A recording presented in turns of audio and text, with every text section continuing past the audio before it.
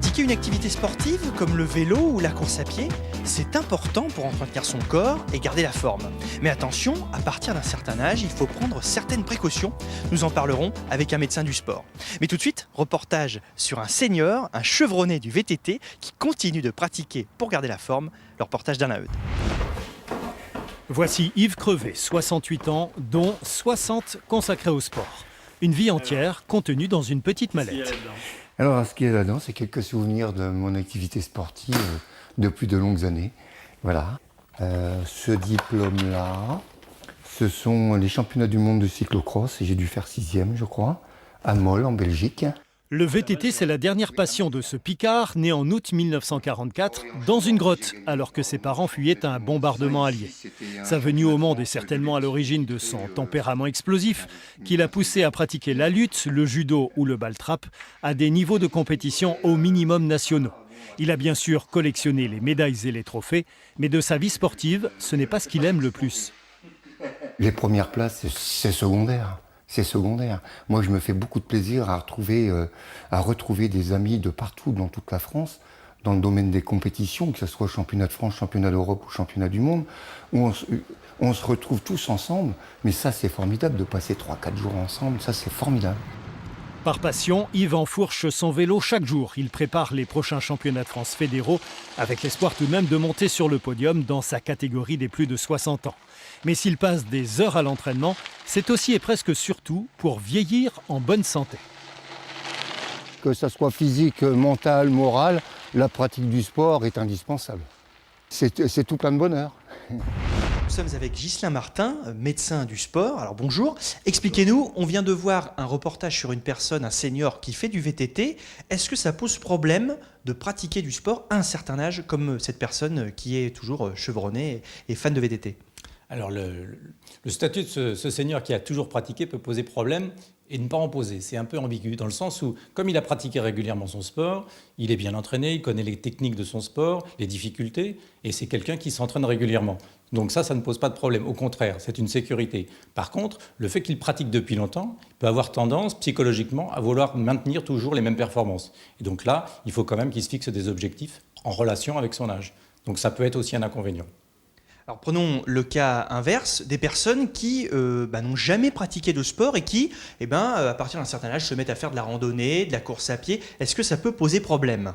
Alors, ça peut poser problème s'ils débutent sans au préalable faire un état des lieux. Moi, je dirais, il faut toujours qu'ils aient une visite médicale, même s'ils ne sont pas licenciés. Et la licence oblige à faire un examen médical, mais même s'ils ne sont pas licenciés, il faut faire un état des lieux de leur santé à ce moment-là, et en particulier en vérifiant l'appareil cardiovasculaire et l'appareil locomoteur, qui sont les deux organes qui vont le plus souffrir lors de la pratique sportive. Souffrir, mais en tirer des bénéfices, bien sûr. Et quels seraient les risques si on ne fait pas ces contrôles ?